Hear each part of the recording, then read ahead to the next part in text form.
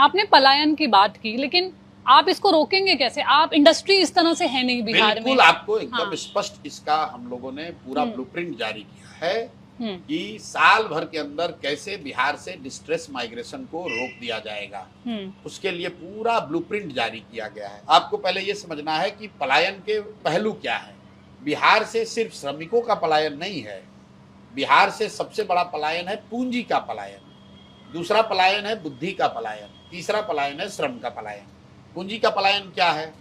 जो पैसा हम लोग बिहार के लोग बैंकों में यहाँ रखते हैं, जमा करते हैं, अपने बचत का पैसा, ये बैंक यहाँ पर पैसा नहीं देकर, पैसा यहाँ इन्वेस्ट न करके, यहाँ पर कर्ज लोन न देकर ये पैसा दूसरे राज्यों में भेजते हैं।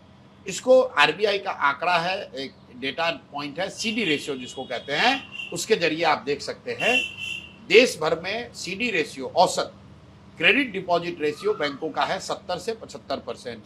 मतलब जितना पैसा देश के लोग बैंकों में जमा करते हैं उसका 70 से 75% पैसा लोगों को, समाज को बैंक वापस ऋण के तौर पर, लोन के तौर पर देता है, रोजी रोजगार के लिए, घर बनाने के लिए, गाड़ी खरीदने के लिए, कृषि के लिए, पढ़ाई के लिए।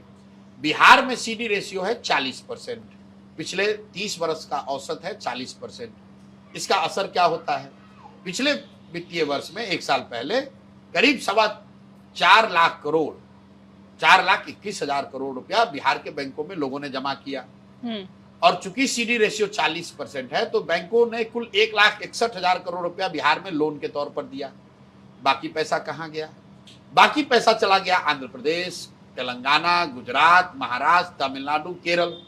उन राज्यों में सीडी रेशियो कितना है? 90, 95, 100, 105। तो जनसुराज ये कह रहा है कि हम लोग को बड़ी इंडस्ट्री लगे न लगे वो बात की बात है, पहले जो बिहार का पैसा है, बिहार के लोगों का पैसा है, अगर उतना पैसा भी राष्ट्रीय औसत के बराबर भी बैंक अगर यहाँ ऋण देने लगे तो हर साल करीब करीब 2.25 लाख से 2.5 लाख करोड़ रुपया एक्स्ट्रा बिहार में इन्वेस्ट होने लगेगा, स्वरोजगार के लिए, पढ़ाई के लिए, कृषि के लिए, उद्योग के लिए, कंस्ट्रक्शन के लिए। जब ये पैसा यहाँ पर इन्वेस्ट होगा तो उससे जो लोग यहाँ पढ़े लिखे लोग हैं, जो लोग यहाँ से बाहर पढ़ने चले गए, नौकरी, वहाँ बिजनेस व्यापार कर रहे हैं, देश भर में लोग कहते हैं कि बिहारी तो बड़े अच्छे अच्छे जगह पर है, लेकिन वो लोग चूंकि यहाँ पूंजी और व्यवस्था नहीं तो सब बाहर चले गए। तो जनसुराज ने ये व्यवस्था बनाई कि सबसे पहले हम पूंजी का पलायन रोकेंगे। जैसे ही पूंजी का पलायन रुकेगा तो बुद्धि का पलायन रुकेगा, क्योंकि समझदार लोग, पढ़े लिखे लोग, बिजनेस व्यापार करने वाले लोग वापस आएंगे। और जिस दिन आपने पूंजी और बुद्धि का पलायन रोका